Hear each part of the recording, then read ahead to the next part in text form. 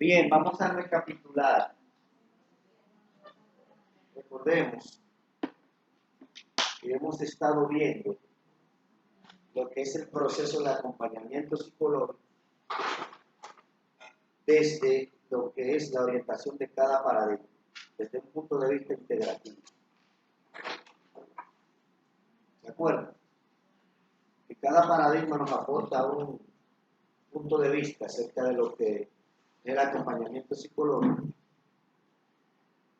que vemos al ser humano como un ser biológico,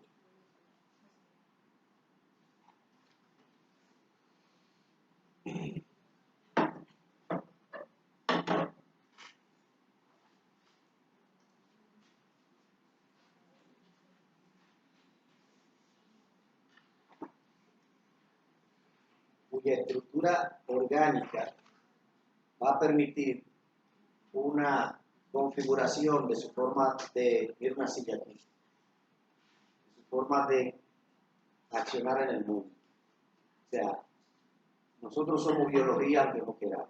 Nuestra concepción de la realidad está determinada por la estructura de nuestro sistema nervioso. Ya Humberto Maturana, que es un biólogo, incluso ganador del premio Nobel de Ciencia, ha establecido que el procesamiento de la información que un organismo hace, del medio donde está, depende de su estructura nerviosa, su capacidad cerebral la que le permite notar cierta característica del medio y reaccionar ante él. Sabemos que no hay ningún padecimiento mental que no tenga, de cierta forma, una gran influencia en lo genético, en lo biológico. Es el enfoque que nos permite tener el paradigma biológico organicista, donde también nos da ciertas pautas de tener presente que cuando una persona llega a nuestra consulta con una condición, una situación psicológica, tendríamos que ver y contemplar la necesidad de ayuda desde el enfoque biológico, como los psicofármacos, las dietas, la actividad física y el descanso. Son aspectos que hay que tomar muy en cuenta en torno a la salud mental. El paradigma inconsciente, psicodinámico o analítico, que nos viene desde el modelo freudiano, nos permite conocer que hay aspectos inconscientes en el conflicto intrapsíquico que vive el individuo en interacción con su medio y de acuerdo a las reglas morales de la sociedad y la familia donde vive. Y que muchos de esos conflictos no son conscientes al individuo por los llamados mecanismos de defensa. Que el individuo habituado a una serie de reacciones y acciones que van a determinar e influir incluso en el proceso de acompañamiento psicológico. Para Sigmund Freud, en el psicoanálisis ortodoxo, el psicoanálisis pasaba de atender una demanda de salud del paciente al psicoanálisis, al análisis de transferencia. ¿Saben lo que es la transferencia? ¿Han oído hablar de la transferencia? ¿Alguna de ustedes me pueda decir lo que ha escuchado hablar de la transferencia? El concepto de transferencia es sumamente importante en psicología clínica y sobre todo aquellos psicólogos que van a dedicarse al acompañamiento terapéutico, aunque no sea un concepto aceptado ampliamente. Por favor. O sea, una oportunidad, más o menos la transferencia es cuando una persona va a ver un especialista de la conducta, o sea, un psicólogo, y le está expresando una situación X, ¿verdad? Que tiene.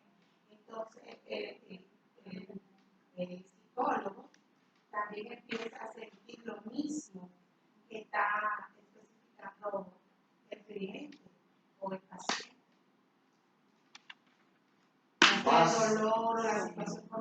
Más o menos cercano lo que ustedes dicen. Eso se llama, lo que ustedes dicen se llama contratransferencia. Contratransferencia. Le explico la diferencia entre los dos conceptos. La transferencia es cuando una persona va a consulta y traslada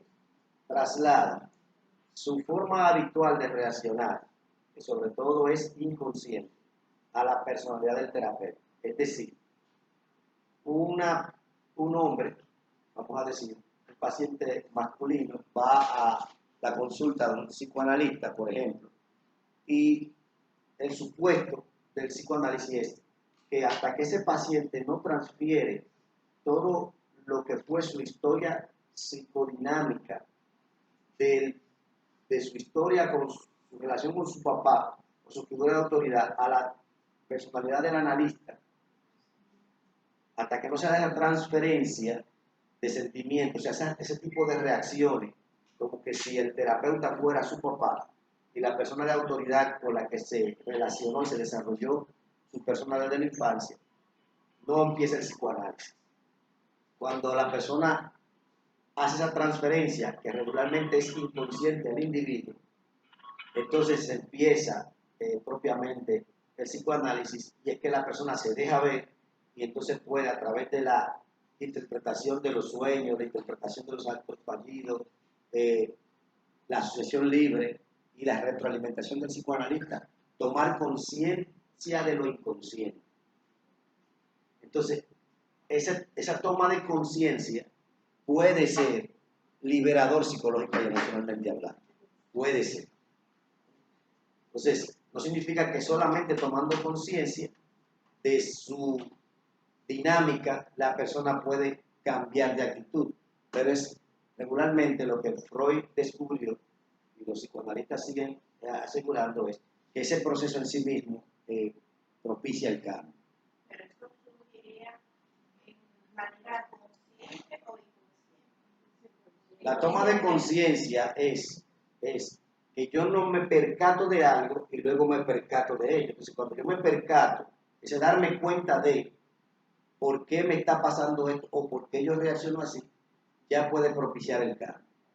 Eso es lo que desde el paradigma psicodinámico podemos aprender en el proceso de acompañamiento psicológico. Entonces, ¿qué otra cosa se da? Que en ese análisis de la transferencia, la persona va tomando conciencia de los mecanismos habituales, los mecanismos de defensa habituales con lo que reacciona ante la vida. Constantemente nosotros estamos mostrando mecanismos de defensa. Constantemente, porque los mecanismos de defensa, recuerden que son procesos adaptativos que vamos desarrollando desde la infancia, desde la niñez, infancia, adolescencia. Entonces, mientras más inmadura es una persona, más recurre a mecanismos de defensa.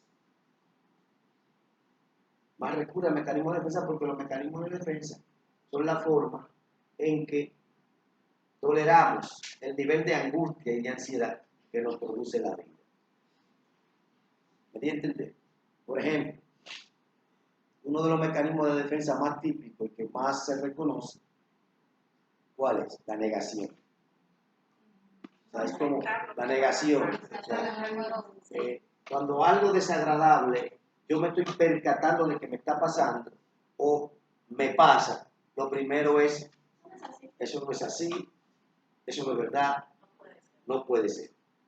Y es una defensa del yo ante la situación de crisis que me produce la información que estoy recibiendo.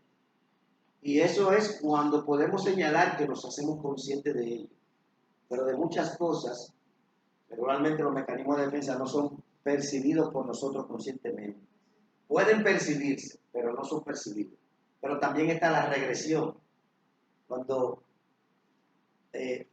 tenemos reacciones ante situaciones que demandan cierta, digamos, actitud de nosotros, y nuestra actitud es muy inferior a la edad que tenemos y a la madurez que se supone tener. Regularmente, de hecho, yo tenía en esta semana un paciente de 67 años. Yo le decía a los psiquiatras que fueron a hacer la pasantía allá al centro, que qué comportamiento, que observaran bien el comportamiento de ese paciente de 67 años y que me dijeran qué tipo de persona y en qué edad se ubica ese tipo de actitud que tiene esa persona de 67 años. Y todos los 4 psiquiatras que estaban observando al paciente, no, pues se porta como un niño de 7 años. Sus reacciones, su actitud, su demanda, su rabieta, son mecanismos habituales en que esa persona se relaciona con la figura de autoridad. Esa persona no es consciente. No significa, o sea, no es consciente de ese tipo de actitud que tiene ante la figura de autoridad. No significa que no pueda tomar conciencia. De hecho, regularmente, cuando estamos ante otra persona, nuestro yo hace transacciones. Hay un teórico, que no me acuerdo ahora mismo, que habla de la psicología transaccional, que dice que nuestro yo hace transacciones entre el yo padre, el yo adulto y el yo niño.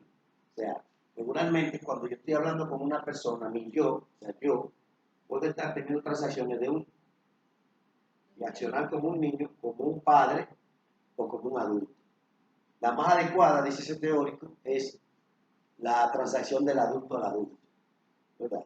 Porque el adulto se supone que tiene cierta madurez al comunicar, tiene cierta conciencia de lo que siente, de lo que desea, de lo que quiere, y que cuando no pasa eso, entonces hay una transacción que regularmente dificulta la interacción humana. Entonces, el análisis transaccional, precisamente, que así se llama la teoría, se basa en ese tipo de observación.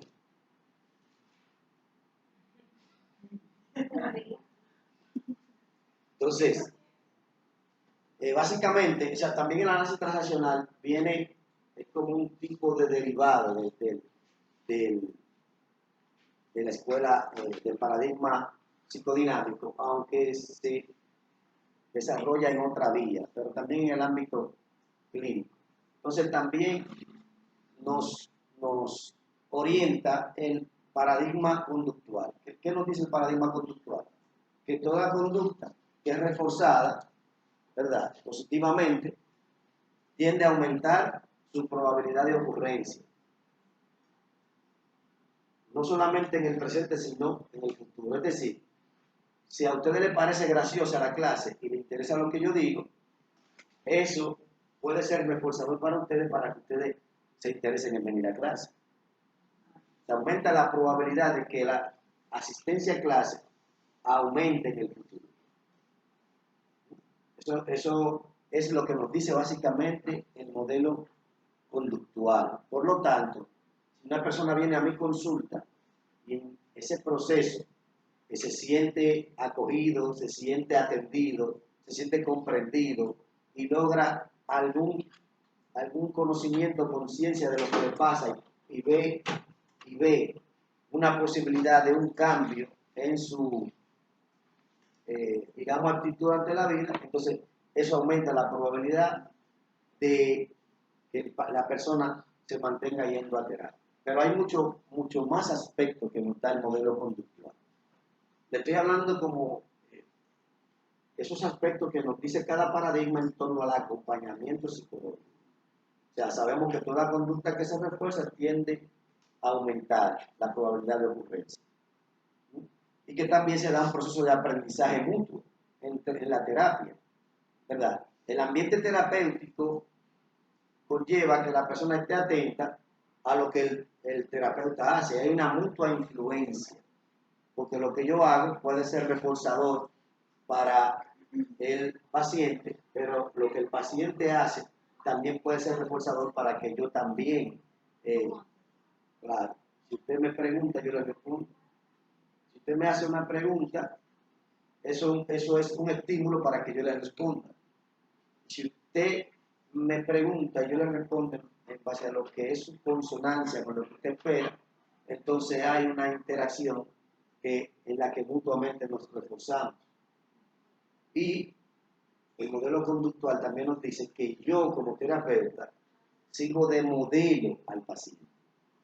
O sea, mi forma de reaccionar y comportarme en mi interacción humana con el paciente puede fungir como modelo para que ese paciente pueda tener esa actitud ante otra figura de autoridad. También está lo que es el refuerzo del desarrollo de habilidades sociales. O sea, yo como persona puedo reforzar ciertas actitudes con mi atención en el paciente y no reforzar positivamente o reforzar negativamente ciertas actitudes que yo no veo apropiadas. ¿Me doy a entender?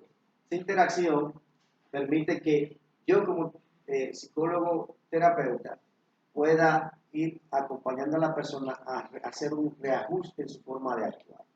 Por ejemplo, para que me entiendan, si una persona tiende a hablar mal, agresivamente, de forma hostil, utilizar malas palabras, yo les digo, pero mira, me gustaría que cuando tú hables de este tema, puedas decirlo con palabras diferentes a palabras obscenas de las que tú estás utilizando, porque entre nosotros me gustaría que usaras otro tipo de términos.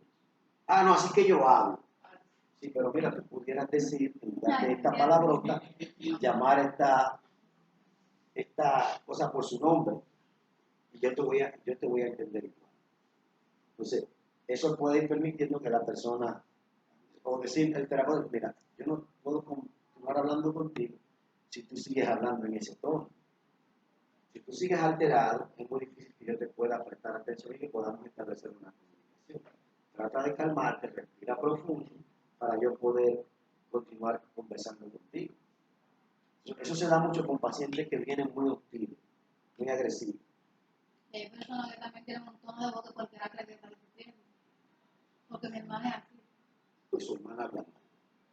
Sí, es verdad. Porque ella habla como que está discutiendo. Yo digo, dime, y eso se da regularmente cuando la persona habla con desesperación porque o le interrumpe mucho o está esperando que le interrumpan mucho. O se reprime mucho y a la hora de hablar quiere soltarlo todo de una vez. Regularmente nuestra forma de hablar va a depender de la forma en que nos hemos relacionado con nuestros familiares. ¿Sí? Y regularmente nos pasa a todos, bueno, los que pasan de 40 años y algunos también de los que no son tan viejos, pueden recordar que muchas veces a nuestros padres les decían que el muchacho habla cuando la gallina mea. O sea, tú no hablas nunca, la gallina no viene. Eso lo escuché yo. Sí, eso se lo decían a nuestros padres. Ahí, allá, ahí, sin la boca. El muchacho habla cuando la gallina mea. Y si no era cuando la gallina mea, era cuando la rana echara pelo. O sea, tú no ibas a hablar nunca. Porque si usted hablaba, venía el pescozón.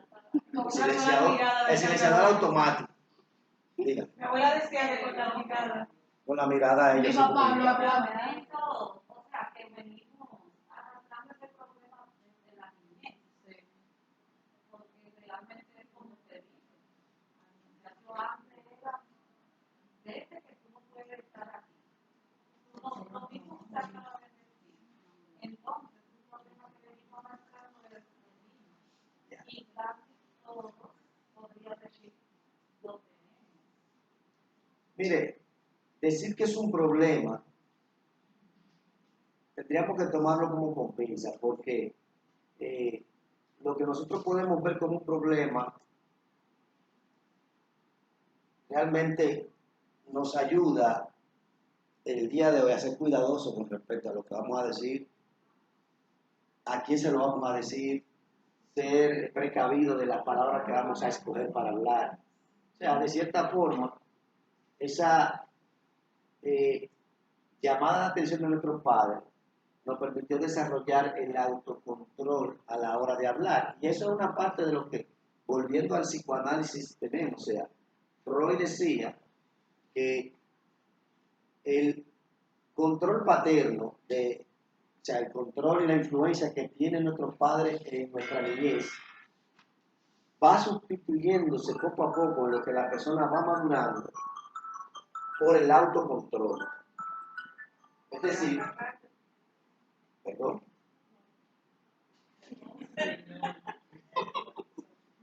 Eso no está esta alarma. No, lo que pasa es que una alarma que es para las 8:30. No sé por qué la tengo las 8:30. Por eso. No, lo que pasa es que todos los días, yo llego al trabajo a las 7:30, 8 de la mañana. Entonces, el trabajo empieza realmente a las 8:30, todos los días, que empezamos el estudio de caso. Entonces, yo aprovecho ese tiempo para dormir. Ok. Yo me duermo porque me levanto temprano, o sea, tengo que levantarme a las 5:40, 6 de la mañana para llegar por lo menos una hora antes al trabajo, pero me quedo con sueño. Entonces, para yo aprovechar esa media hora, me duermo profundamente. Me despierto por el reloj. Pero no sé por qué está usado, porque es de lunes a viernes. Bien, entonces, ¿qué estaba diciendo del psicoanálisis que también nos lleva a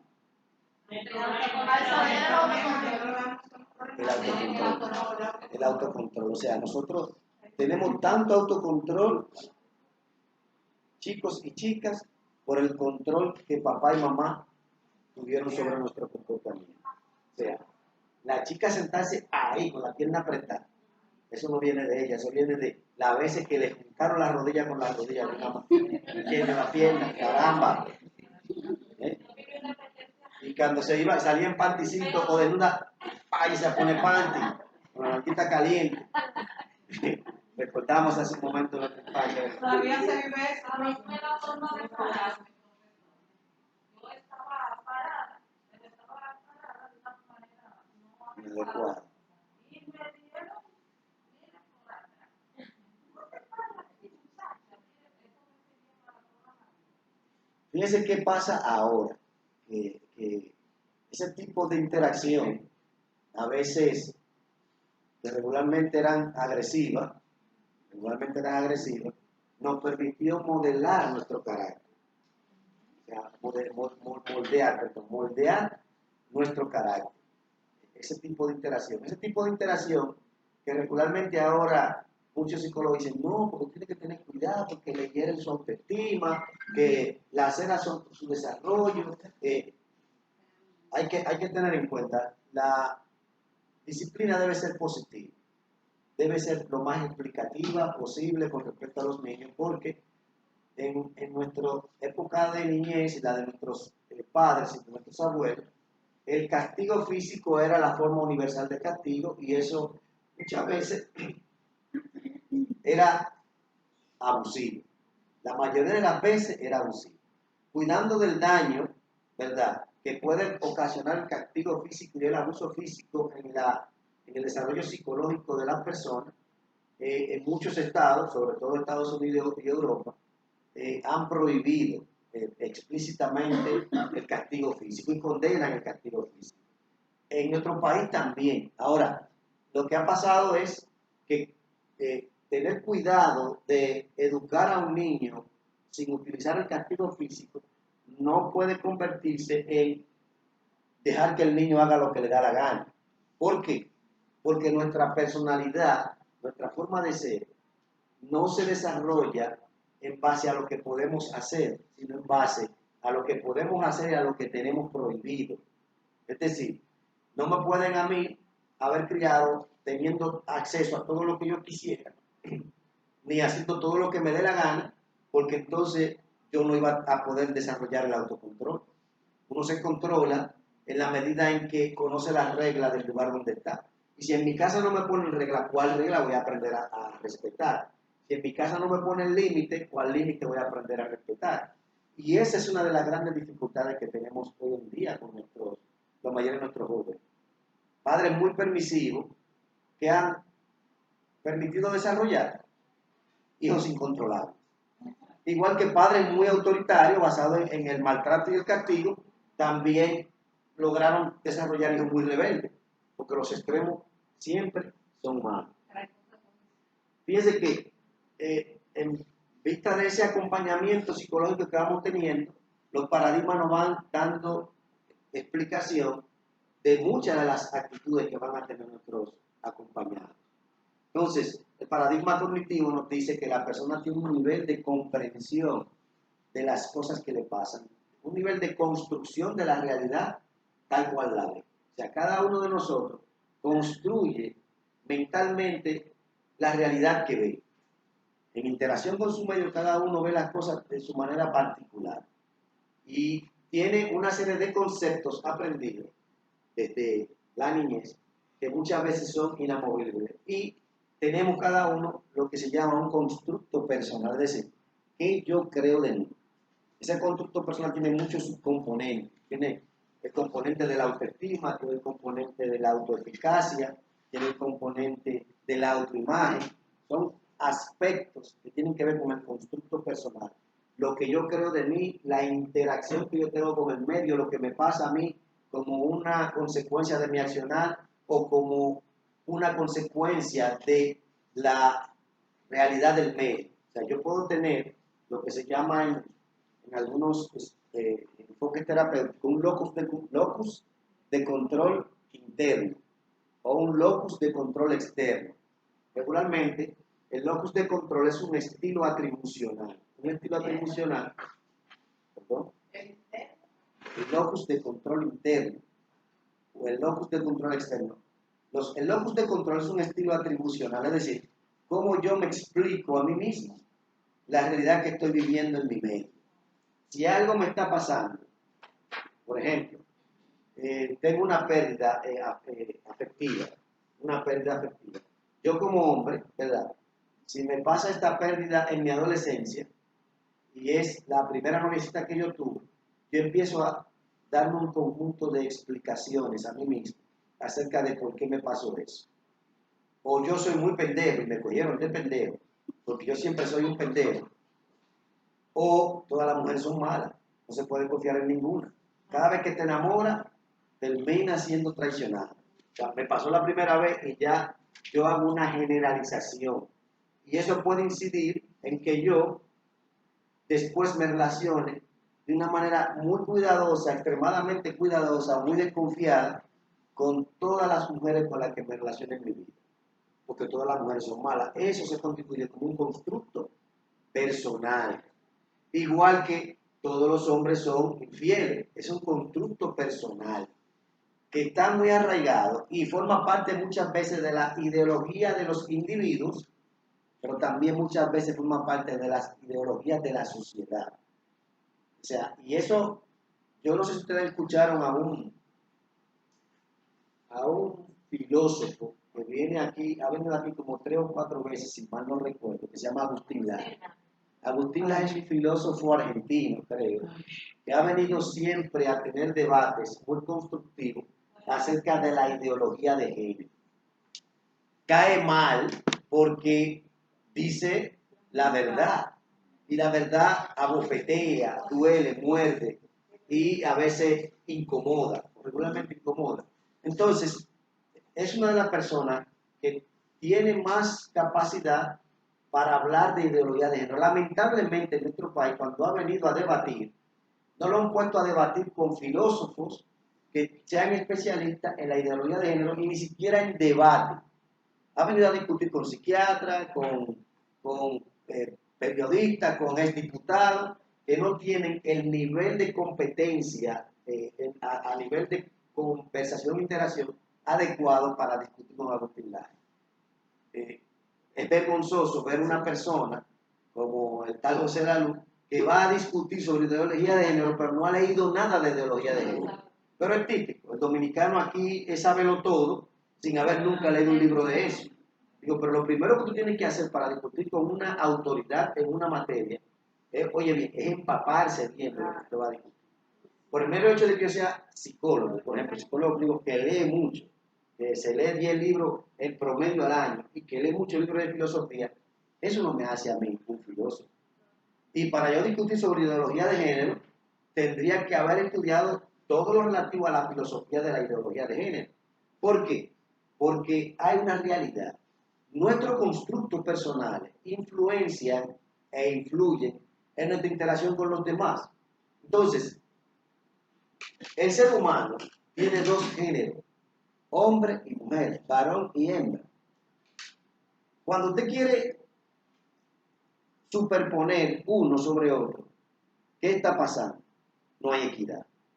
Si yo como hombre me quiero superponer al rol de la mujer, no hay equidad en mí. Por lo tanto, ¿qué yo voy a hacer? A provocar la reacción de las mujeres. Porque las mujeres van a buscar la equidad. Si yo como hombre empiezo a promover una cultura machista, voy a tener la reacción de las mujeres. Yo no puedo aquí hablar en contra de las mujeres. Y si mi conducto personal es todas las mujeres son intelectualmente inferiores, son infieles, tienen que someterse a la voluntad del hombre, mi conducto personal, que constituye parte de la ideología imperante en la cultura y en la sociedad donde vivo, está mal, porque está superponiendo un rol, un género humano al otro, pero pasa lo contrario. Si yo como mujer quiero superponer el rol de la mujer al del hombre, voy a provocar la reacción del hombre. Y lo que se procura en un estado de derecho y de equidad no es la superposición de un género sobre otro, es la equidad de un género con otro, es al lado del otro. O sea, yo no quiero una mujer que me quiera venir a aplastar, pero tampoco quiero una mujer que esté subyugada a mí, porque yo no quiero un esclavo, yo no quiero una sirvienta. Yo quiero una mujer capaz de conocer sus derechos y en su estado de derecho poder ayudarme a respetar los míos y ayudarme a respetar los de ellos. Eso quiero yo. Entonces, cuando a veces nos ponemos a discutir sobre ideología de género, muchas veces el sentimentalismo es otra cosa. La forma como yo bloqueo lo racional por lo emocional. Entonces el sentimentalismo viene y bloquea mis razones y ya yo no estoy defendiendo la ideología ni la equidad. Estoy defendiendo mi postura, que puede ser muy egoísta. En un debate una vez que yo participé aquí, unos estudiantes de esta materia, creo en el año 2019, si mal no recuerdo, que me invitaron a mí a hablar del tema de violencia. Yo hablaba de la intervención psicológica, yo como psicólogo, con una persona violenta.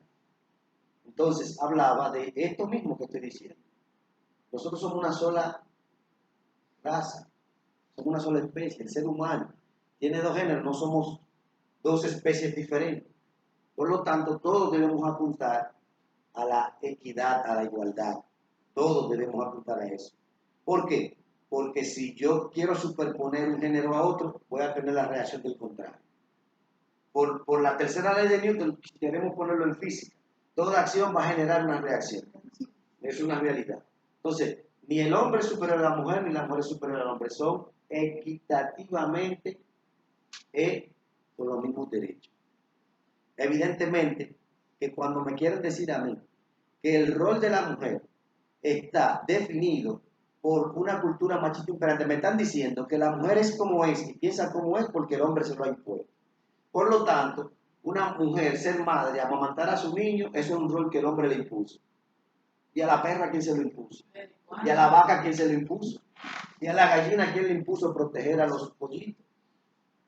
O sea, como que hay cosas que se caen de la mata. Hay actitudes nuestras ante la vida y ante nuestros seres queridos que son parte de nuestra biología, Señor. Y eso no podemos desprender de lo biológico. La mujer va a ser siempre maternal, femenina y protectora. Igual que el hombre, que va a ser paternal, masculino y protector. ¿Qué busca un hombre de una mujer? Cariño y afecto, pero también protección. Ahora, ¿qué busca una mujer de hombre? Protección, cariño y afecto. Para que ustedes vean cómo se complementan. Mientras el hombre quiere afecto y cariño, y que le den sexo por un tubo y 7 llaves, porque esa es la forma en que no quiere. O sea, la realidad es que la mayoría de los hombres piensa eso, no es que sea lo correcto, pero el hombre entiende que una mujer le ama si se le entrega totalmente. ¿Me doy a entender? Pero ese hombre que quiere sexo también quiere protección. Pero la mujer que quiere, primero que nada, se dice segura. Espérate, no es en cualquier rincón que tú me lo vas a meter. Me puse la Pero es verdad, no es en cualquier rincón, no, tú no tienes que buscar un lugar cómodo y seguro porque yo no voy a echar un polvo corriendo. Eso no es verdad. Y la excusa que habla tan peyorativamente. Pero es la realidad, o sea, el hombre busca en la mujer amor y protección y la mujer busca en el hombre protección y amor. Y si eso no se complementa, se fue para el carajo la relación. Porque la mujer no puede proteger al hombre más que lo que el hombre la protege a ella. no puede ser más amada que el hombre, que lo que el hombre la ama a Vamos a ella. suponer el caso suyo, que usted tuvo una pesadilla, que usted va a hacer la mujer está empezó que lo hicimos con la oración. O sea, yo lo que hice fue que ¿Está buscando protección? mi pesadilla, ¿tú sabes en qué consistía? Yo me le meto abajo el marido mío. Me consistía en que yo fui a el sector donde yo me crié en mi infancia, que se llama Barrio Mejoramiento Social. Es un sector que queda ahí frente al Liceo Juan Pablo Duarte, en la avenida Duarte. Es un tramo muy corto. Pero a mí se me ocurrió que yo estaba ahí, en la calle Doña Chucha, antigua calle 13, y que yo iba a ir a la antigua casa de una prima de mi madre. Ese era en el sueño. Entonces yo cogí por ese callejón y cuando llegué a la casa vi que la casa ya no quedaba a nivel plano, sino que quedaba como en un alto, como que habían hollado todo el terreno. Y todo el terreno se había convertido en un terreno fangoso, donde la casa quedaba en alto, pero estaba destruida. Y para salir al otro callejón, a la calle, creo que 16 o 15, había que subir una cuesta, pero estaba fangosa. Yo dije, bueno, por aquí yo voy a salir. Y subiendo la cuesta me hundo en el fango. Y se me dificulta salir. Y me da mucho miedo en el suelo. Y entonces hago un esfuerzo y digo, coño, yo estoy soñando. Entonces, doy un salto y salgo del sueño y me pongo a mirar del otro lado, ya del otro lado de la calle, la casa que estaba por el callejón donde yo salí, no la que yo fui a visitar, sino la que estaba en la calle, y vi que la casa cambiaba repentinamente de colores, así como cuando uno pone un video rápido en la computadora y cambia mucho de colores. Y pienso yo en el mismo sueño, pero mis emociones están. Entonces despierto, veo que tengo los pies congelados del frío y me arropo y me vuelvo a dormir. Cuando me levanto empiezo a analizar mis sueños, digo, todo eso se deriva de una situación que yo tuve con una persona ayer en que casi le quería arrancar la cabeza, pero por civilizado tuve que respirar 30 veces, hacer el mantra de la paz, darle un abrazo y todo en paz, ¿verdad? Pero quedó la movilidad emocional. Y en el inconsciente, que en los sueños se refleja esa tensión, ese conflicto, precisamente. Pero era el frío que me estaba matando. Y por eso los pies, lo sentía que no podía caminar, evidentemente. Tenía los pies congelados porque estaban más ropados de aquí para arriba, con el aire a todo. Entonces, en esa interacción con el ser humano, nosotros vamos conociendo muchos aspectos y los paradigmas nos van dando muchas ideas de lo que les puede estar pasando. Entonces viene luego el modelo afectivo. El modelo afectivo, como decía, las emociones bloquean mi razón. O sea, no importa que una mujer no me convenga, es que estoy enamorado. No importa que no me convenga, que estoy enamorado. No importa que un tigre no le convenga, que usted esté enamorado. Y va a dejar a su papá y a su mamá sabiendo que usted se va con el tigre que no va a tener ni dónde dormir ni dónde comer. Pero se va. Se va porque eso muere. Con 5 minutos de fama. Entonces, si se va, entonces, igual pasa que el modelo sistémico nos dice, toda interacción que yo tengo con el ambiente me influye a mí, es decir, yo soy un ser vivo en interacción constante con el ambiente que modifica sus actitudes y sus acciones en el ambiente o modifica el ambiente. Eso es lo que me dice el modelo sistémico, que todos somos producto de la subcultura familiar y de la interacción familiar donde tenemos. Por eso es importante siempre tener en cuenta el punto de vista de la familia que acompaña a nuestros pacientes. De hecho, yo saqué de un libro que se llama La psicoterapia, los criterios para yo aceptar un paciente, que se lo digo a cualquiera. Si el paciente tiene un problema muy complejo, es decir, que necesita intervención psiquiátrica, que va a dificultar que pueda hacer una alianza de trabajo conmigo, es muy difícil que yo me quede con ese paciente más allá de la evaluación. Si el paciente no tiene motivación al cambio o deseo de cambiar, es muy difícil que yo me quede con ese paciente. Si el paciente no tiene red de apoyo, es decir, no cuenta con nadie que pueda acompañarlo en el proceso de cambio, es muy difícil que yo me quede con ese paciente. Si el paciente no tiene la capacidad de insight, la capacidad de darse cuenta de, pero me está pasando esto por esto, yo no lo veía de esa manera, pues reflexiona a ver qué tú puedes hacer ya que lo sabes. O sea, convertirlo inconsciente en consciente, eso se llama capacidad de insight. A convertirlo irracional en racional, eso se llama capacidad de insight, capacidad de darse cuenta. Si la persona no cuenta con eso, por su estructura de personalidad, es muy difícil que pueda ser productivo un proceso de acompañamiento psicoterapéutico. También que la persona no tenga un trastorno de personalidad, sobre todo los principales y más difíciles que son de tratar: el narcisista, el antisocial, el histriónico y el límite.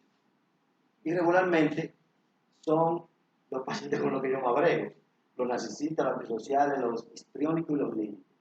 Pero regularmente tienen un rasgo muy marcado. Ahora, los que tienen los trastornos bien desarrollados no hacen caso. Evidentemente que la evaluación y los años es que nos van diciendo qué tipo de paciente puede tener, digamos, las condiciones apropiadas para ser acompañado por un terapeuta. Porque, ¿qué pasa? No todo paciente que va a un médico se queda siendo paciente de ese médico. Porque hay muchos factores que influyen. Eso pasa con nosotros. No es verdad que todo paciente que llega a nuestra consulta se va a quedar siendo nuestro paciente.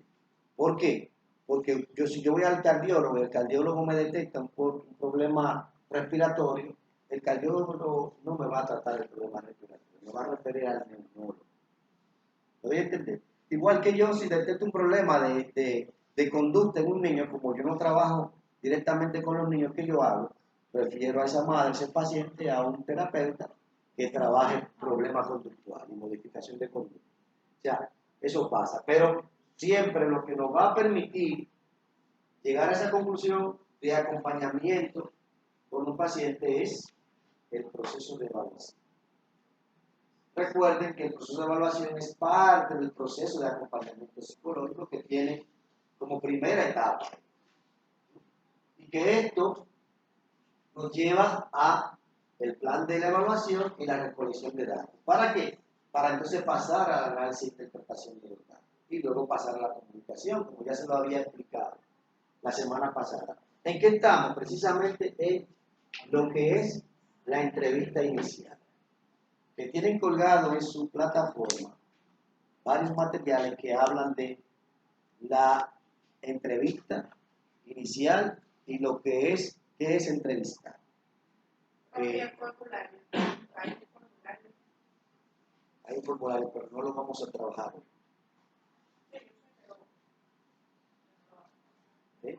¿No?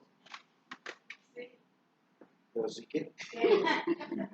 Que sí, que no lo vamos a trabajar porque usted lo envió en la semana y está en la entrevista. Sí, lo que le voy a decir es lo que ustedes no van a leer en el texto para complementar. Por ejemplo, la entrevista inicial. Recuerden, tengan esto muy presente. A veces creemos que en una entrevista, en una sola sesión, ya vamos a conocer todos los detalles del problema que trae el paciente. Y a veces no nos gusta a algunos psicólogos hablar de que el paciente trae un problema. El paciente trae una situación.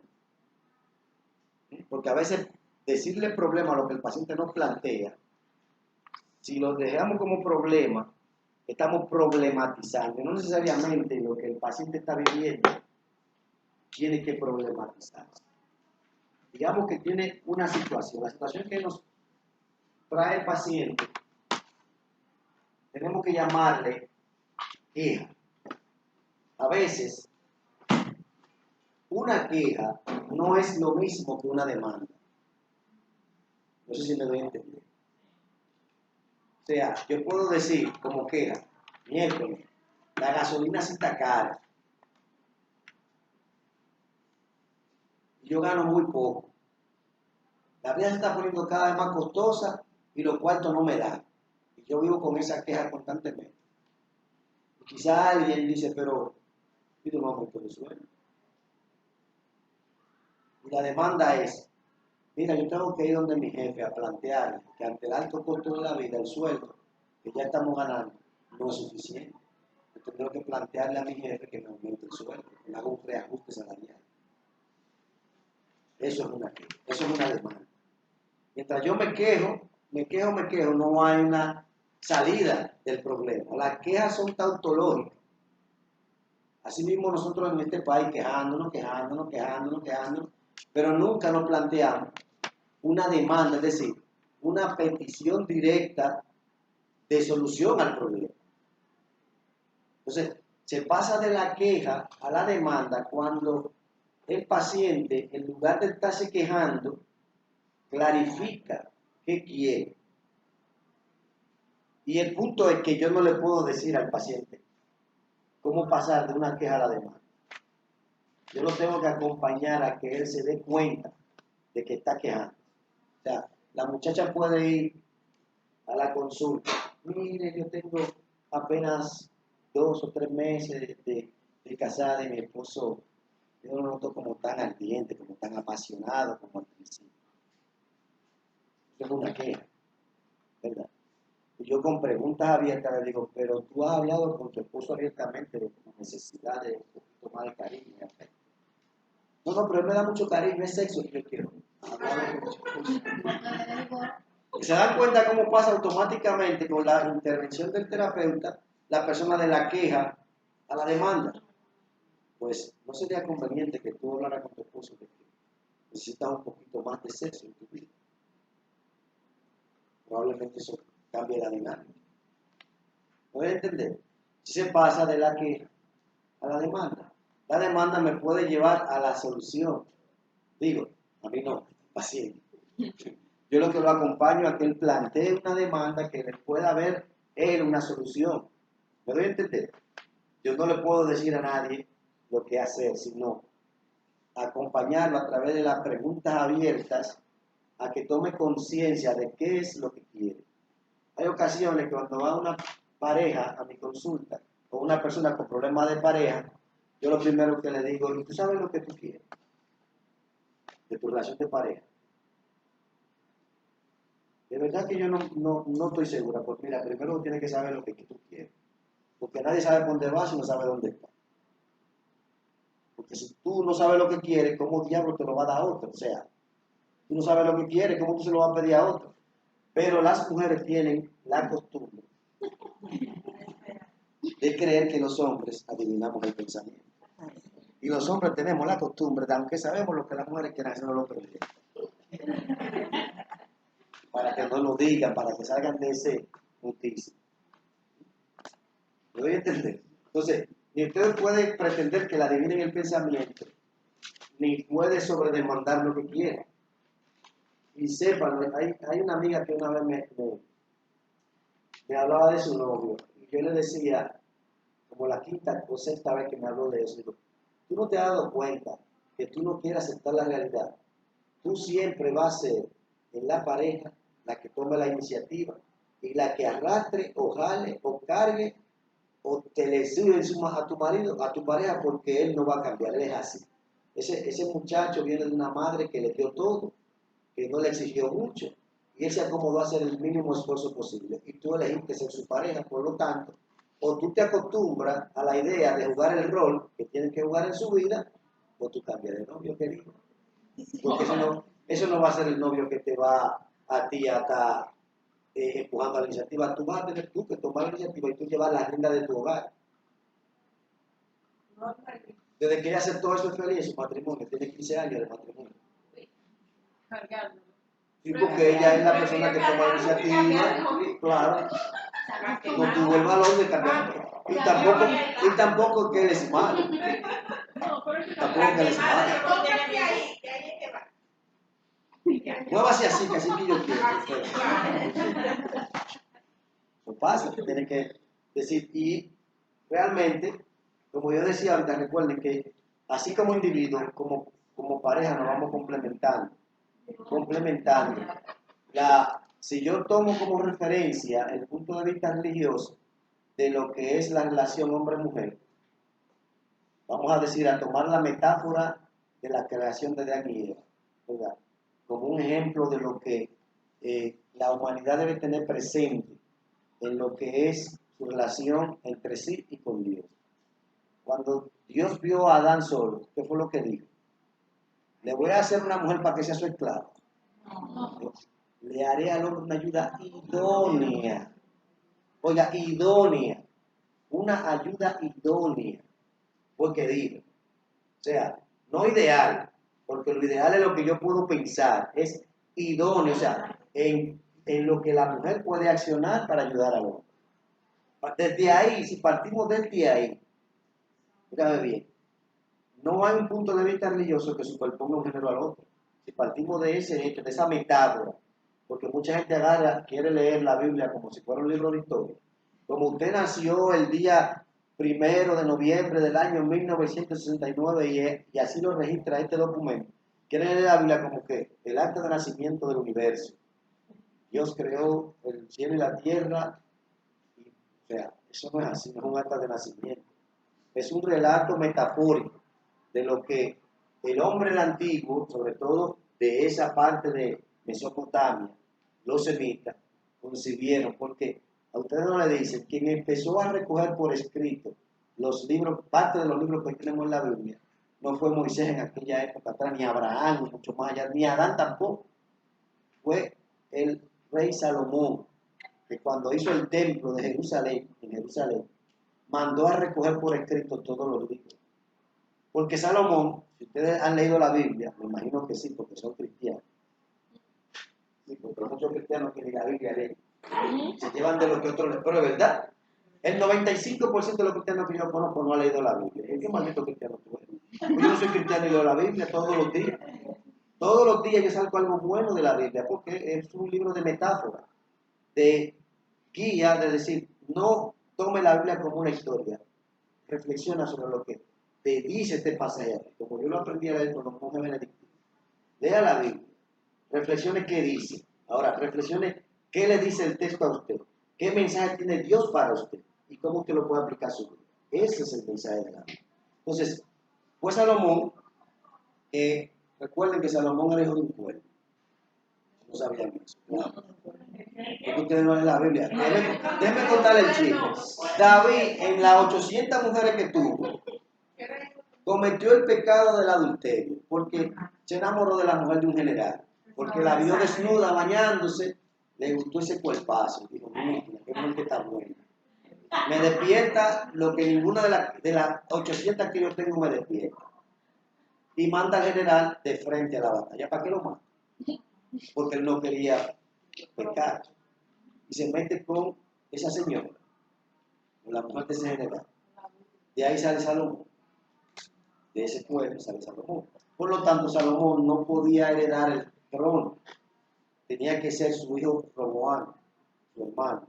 Entonces, cuando David muere, ¿qué usted cree que pasa? El preferido de David es Salomón, pero Roboam reclama su trono. Entonces, Israel, que era un solo reinado, se divide en dos: Jerusalén e Israel. Pero Salomón, como era más sabio, dijo, ¿qué es lo único que mantiene unido al pueblo de Israel a pesar de estar dividido en 12 tribus? ¿Qué ustedes creen que era? Piensen, reflexión. Lo único que unía al pueblo de Israel, ¿qué era? La religión. La religión. ¿Qué dice Salomón? Para que el pueblo de Israel no me... porque eran 12 tribus y él era una sola, la tribu de Judá. Déjame yo construir el templo que David había acordado, mi papá había acordado conmigo. Construir el templo de Jerusalén. Entonces toda la nación tenía que ir al templo de Jerusalén a rendir tributo a Dios. Recuerden que antes de Salomón, la gente rendía tributo cada uno en su tribu en los tabernáculos. Cada uno en su tribu en los tabernáculos. Al hacer un solo templo, todas las tribus tenían que ir a Jerusalén. Por lo tanto, se constituyó Jerusalén la ciudad más rica de Israel. Fue una táctica política, porque Salomón siempre fue el rey más sabio de todos los tiempos. Entonces, fíjense que todavía cuando Jesús y la samaritana tienen un diálogo, son enemigos, políticamente hablando.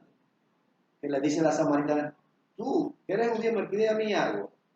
Tú no sabes que los judíos samaritanos no se tratan, porque ustedes dicen que a Dios se debe adorar allá, en Jerusalén, por lo que decía Salomón, hizo el templo allá.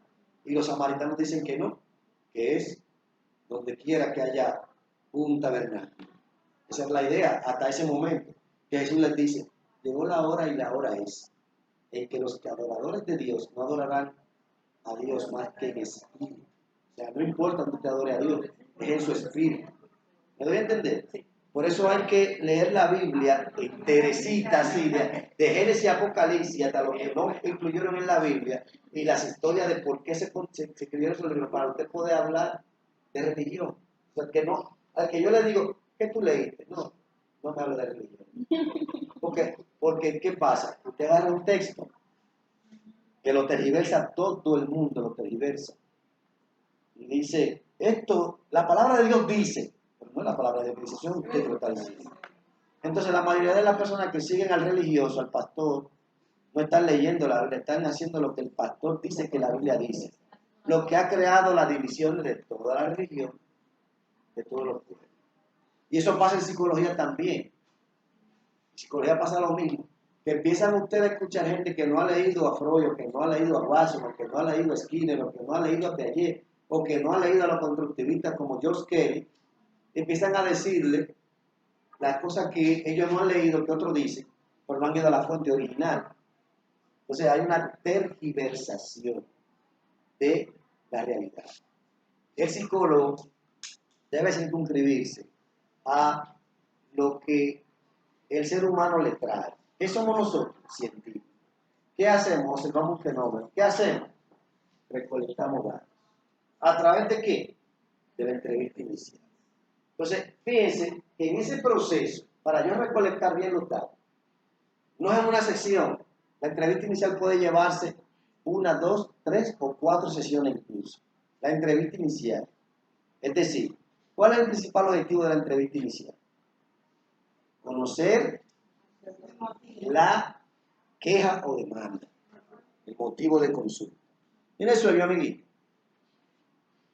Así que no, estoy durmiendo, ¿qué hago? Diga que sí. Mira, es conocer el motivo de la demanda de atención o la queja que presenta el paciente. Recuerden que la entrevista, digamos que tiene 4 etapas. Yo les digo 4. Muchos autores dicen 3. La primera etapa es la etapa de acogida. ¿Por qué yo la llamo de acogida? Cuando usted recibe a alguien en su casa, usted lo acoge. ¿Qué usted hace? Aunque sea un viejo conocido, aunque sea su mamá. Oh, mami, qué bueno que tú viniste. ¿Qué te trajo por aquí? Ven, ¿qué pasa? Ven, siéntate. ¿Quiere agua? ¿Quiere café? ¿Quiere jugo? ¿Qué quiere? O sea, esto es acogida. Cuando usted recibe a un paciente, a un cliente, a un usuario de su servicio, usted lo va a acoger como acoge a cualquier persona que es bienvenida. Igualito, no hay una diferencia para que no vayan a creerse otra cosa. Oh, ¿cómo está usted? Mi nombre es fulano de tal. Venga, siéntese, pase por aquí, acomódese.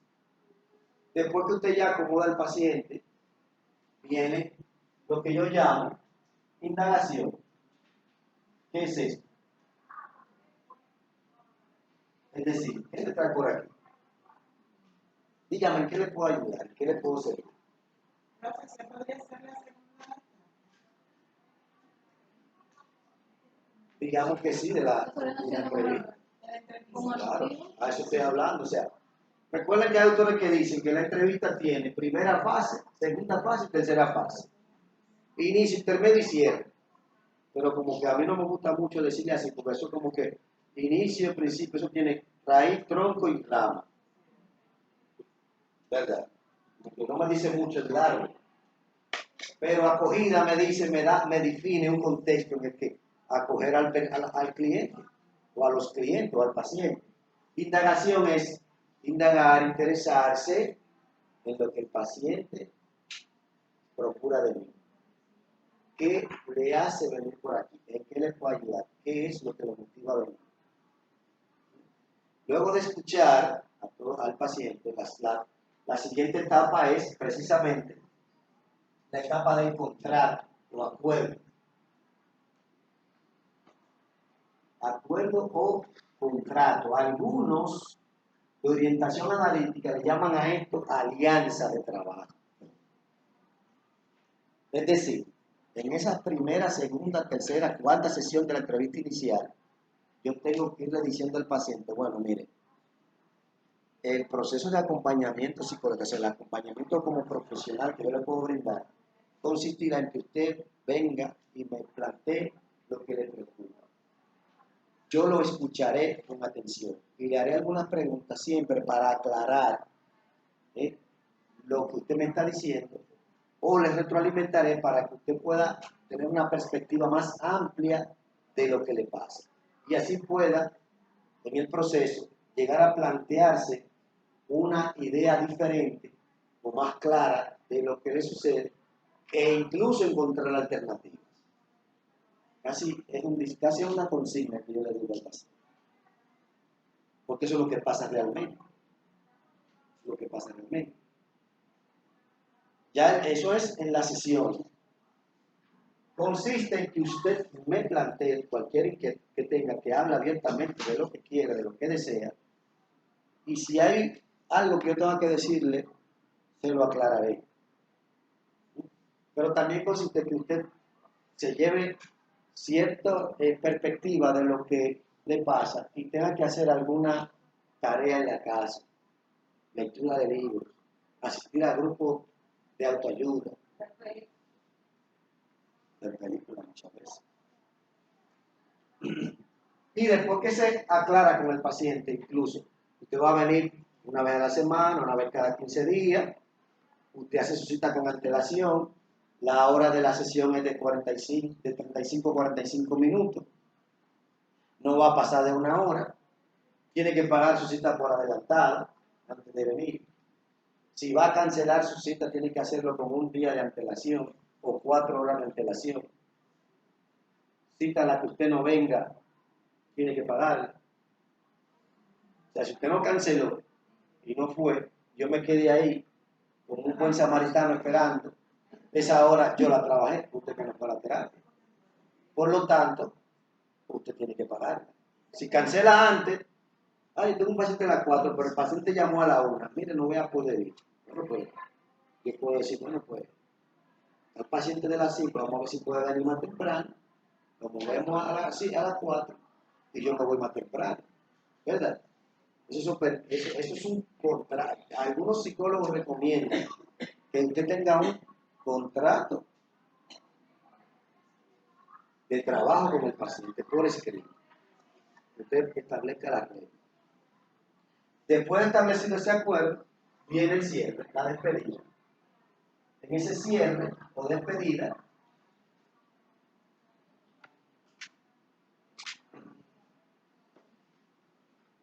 ok, puntual a las 9:30 para que el profesor no ponga chemba. Y yo ni lo vi, vino, tocó la puerta con Gilbert y se desapareció, no lo vi por ahí. No sé si otro para abajo. A las 9:30, que haya terminado o no de lo que yo tenga que decir, me voy. Mire, esas son las etapas de la entrevista como lo veo yo, como trabajo yo. Así lo conceptualizo, así lo teorizo yo. En otros libros te puedo encontrar otra cosa, pero así lo teorizo yo. Así lo hago yo en mi práctica. Ahora, otra cosa mucho más importante, que estas son las etapas, ¿verdad? Recuerden, estamos hablando aquí de para que no se confunda, todo forma parte de fases o etapas y subetapas. Cuando hablamos del proceso de acompañamiento psicológico, ¿verdad? Recuerden esto, están diferentes etapas. Etapa de evaluación, etapa de indicación, etapa inicial y etapa de valoración y cierre. Estamos en la etapa de evaluación del proceso de acompañamiento psicológico.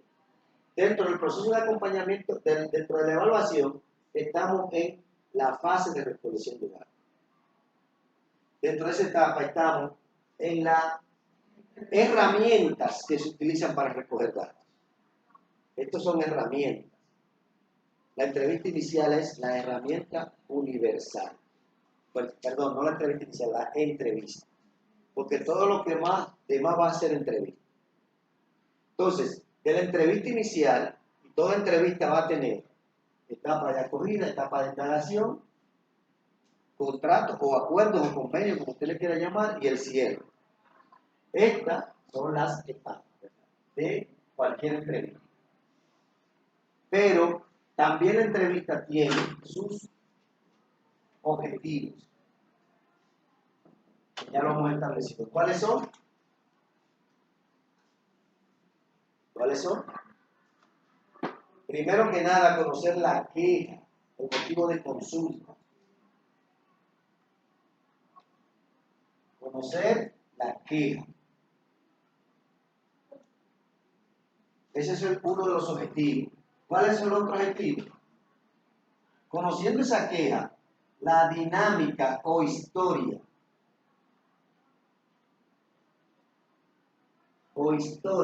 de esa queja.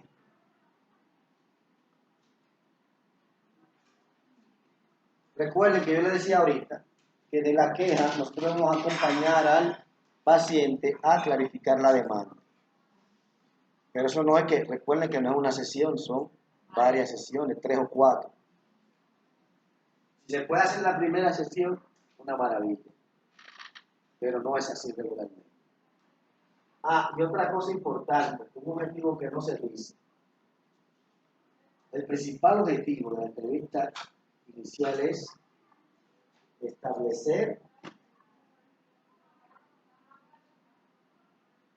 la relación.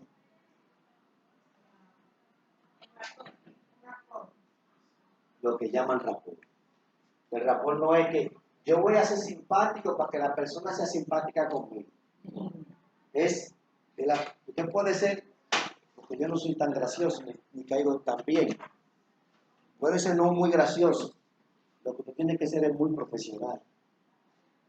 Eso sí, la persona tiene que ver su profesionalidad más que su simpatía. Que digan, es muy profesional, y no que digan muy simpático. Diga.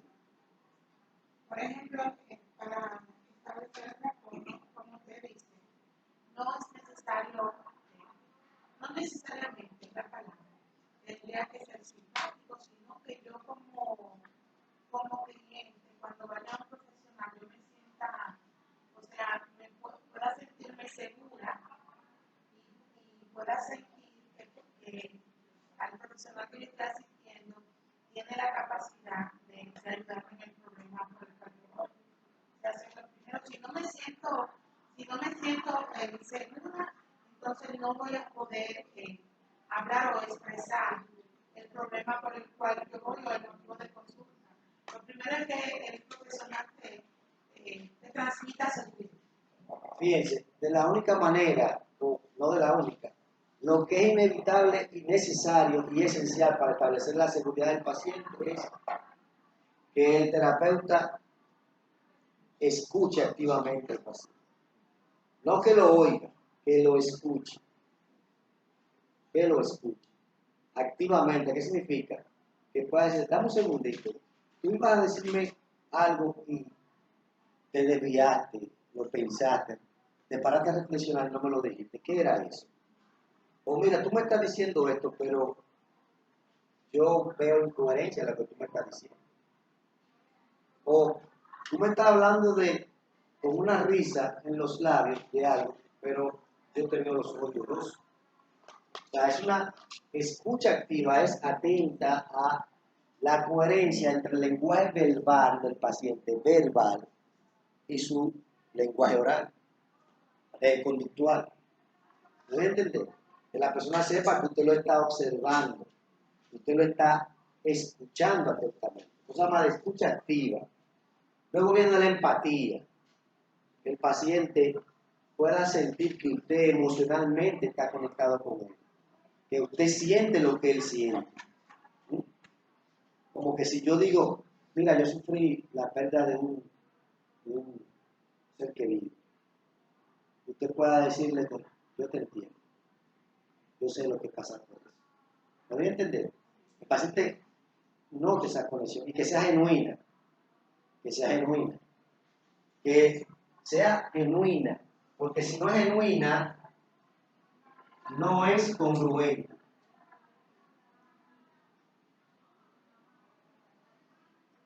Si no hay congruencia, no puede haber conexión. Esa relación se establece con escucha activa, empatía, comunicación y congruencia. Hay otras muchas cualidades que ahora van a ver en el texto. Pero básicamente todo terapeuta, todo psicólogo clínico va a estar de acuerdo que al establecer la relación se tiene que partir de estos conceptos. Entonces, este es uno de los objetivos básicos de la entrevista. Conocer la queja, la dinámica o historia de la queja, sea, no, yo tengo problemas con mi pareja, sí. ¿Desde cuándo es su pareja? No desde cuándo se casaron. Ah, no, nuestra relación empezó, la historia de cómo empezó. Y siempre la historia de las parejas es bonita cuando empieza. ¿Verdad? Cuando empieza. La bella princesa doncella luego que se convierte en la bruja mala. Y el príncipe azul en el caballero negro que luego se fue. Entonces, hay que ver cuál fue la historia que unió a estas dos personas y dónde empezó a desviarse el asunto, a pervertirse la relación.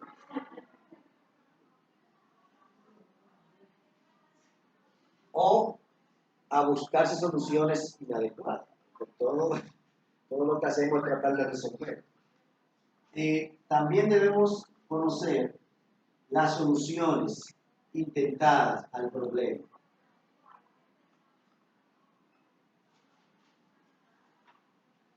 Soluciones intentadas. Porque hay soluciones intentadas, algunas que dan resultado por un tiempo, pero luego se abandonan.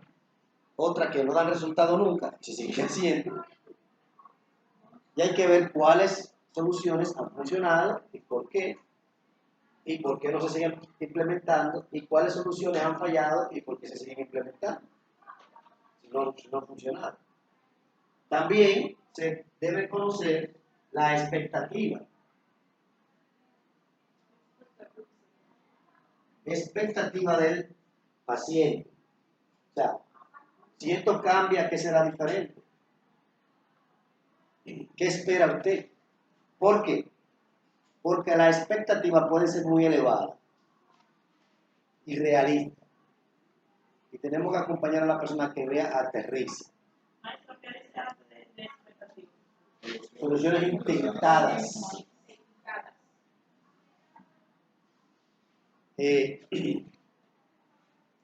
Por ejemplo, una madre con un niño con autismo severo, ¿verdad? Ah, no, que el niño aprenda a hablar inglés. Puede aprender a hablar inglés, pero para aprender a hablar inglés primero tiene que aprender a comunicarse. Porque si uno es sordomudo, tiene autismo. Un niño que tiene autismo. Entonces, primero tendría que aprender a comunicarse. Probablemente lo aprenda a hacer en inglés, en alemán, pero tiene que aprender un lenguaje común a la comunicación. Se llama aterrizar una expectativa. Una madre que su hijo empieza a consumir droga. Yo quiero que mi hijo deje de consumir droga. Bueno, mire, eso es una expectativa que usted no podrá cumplir. Porque es que usted quiere que deje de consumir. El que tiene que querer dejar de consumir es él. Y entonces, ¿qué yo puedo hacer? Bueno, usted puede empezar a cambiar actitudes suyas que facilitan que su hijo siga consumiendo. Ya eso es otra cosa. ¿Me doy a entender? Yo quiero que mi pareja me deje de ser infiel.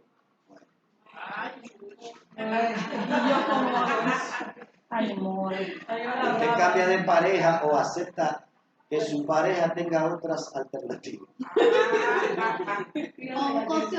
Porque a veces el problema del problema de la infidelidad no es la infidelidad, es el cuchicheo. Lo que molesta no es el cuerno. No sé, hay una bachata que dice eso. Esa bachata dice una verdad, Es verdad. Pero es una la verdad. última que se de las mujeres, ¿verdad? No, pero ¿por qué te asumes que nada más son los hombres que pegan cuernos? No, y las mujeres también. Hoy en día para No, es que siempre ha sido así. Porque los hombres no pegan cuernos por eso. No, son mujeres que posiblemente te pegan el cuerno contigo. Ahora sí se da que pegan cuernos con hombres. Pero la mayoría, casi el 80% en la historia ha sido con mujeres. O sea que. Sí, pero no puede ser que el hombre le diga a esa mujer que no tiene a nadie, ella no tenga nada inventado. ¿Y quién está pegando por lo de usted? No está pegando cuernos. ¿Y por qué razón? Si ella está soltera y él no le dice que tiene una pareja. Está soltera, Eso se llama ideología de género. La blanca paloma, y ella no la sabe, porque ella no la sabe. hay gente que no sabe. Y siempre pasa eso, realmente. Un hombre Yo no casado diría que eso, no yo- le demuestra. Continuemos, que me quedan 5 minutos de clase. Expectativa, que seguramente debemos acompañar al paciente que va a las expectativas reales. Y fíjense la parte más chula de los objetivos de la entrevista. Es llegar a establecer, este día, tenemos que hacer, lo voy a ponerlo negro porque es algo que ustedes ya van a investigar,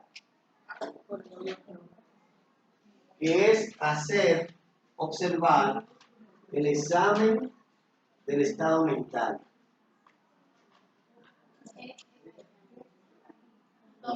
Por decir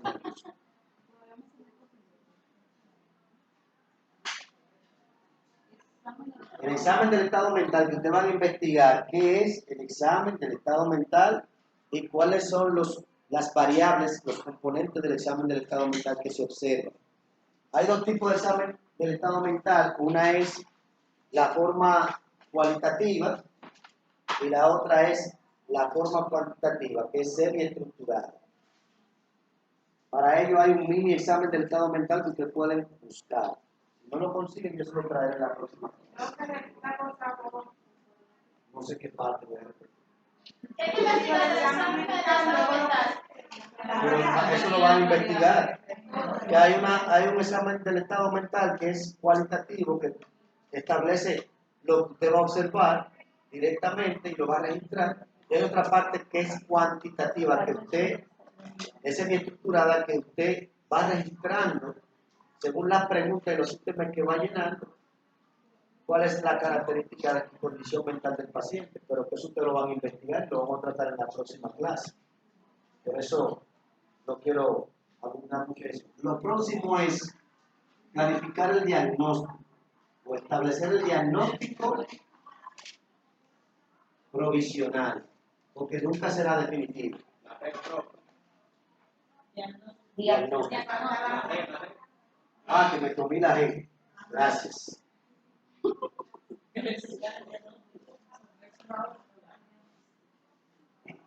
Diagnóstico. Evidentemente que después del diagnóstico viene el pronóstico y el plan de tratamiento. Después del diagnóstico, uno tiene el diagnóstico y dice, bueno, el pronóstico es en esta dirección. Es decir, el pronóstico nos da el diagnóstico. Si yo tengo un paciente que tiene depresión, digamos es femenina, de 17 años, con una depresión clínica, ¿cuál es el promedio de efectividad, la prevalencia del trastorno depresivo en adolescente? ¿Cuál es la efectividad del tratamiento? Eso está en los DCE. El porcentaje de personas que se recuperan con depresión a esa edad, ¿cuál es? Eso es el pronóstico. El 30% de los pacientes con trastorno depresivo en la adolescencia, ¿qué dice el manual? No lo digo yo, lo dice el manual. Eso me dice el pronóstico. Y el plan de tratamiento, vamos a ponerlo pronóstico y plan de tratamiento. ¿Perdón? No entendí su pregunta. Está negro, es que vamos a investigar. Sí, está negro. Todo Negro está. Todo negro y oscuro. El examen del estado mental que se debe Entonces, Investigar el examen del estado mental.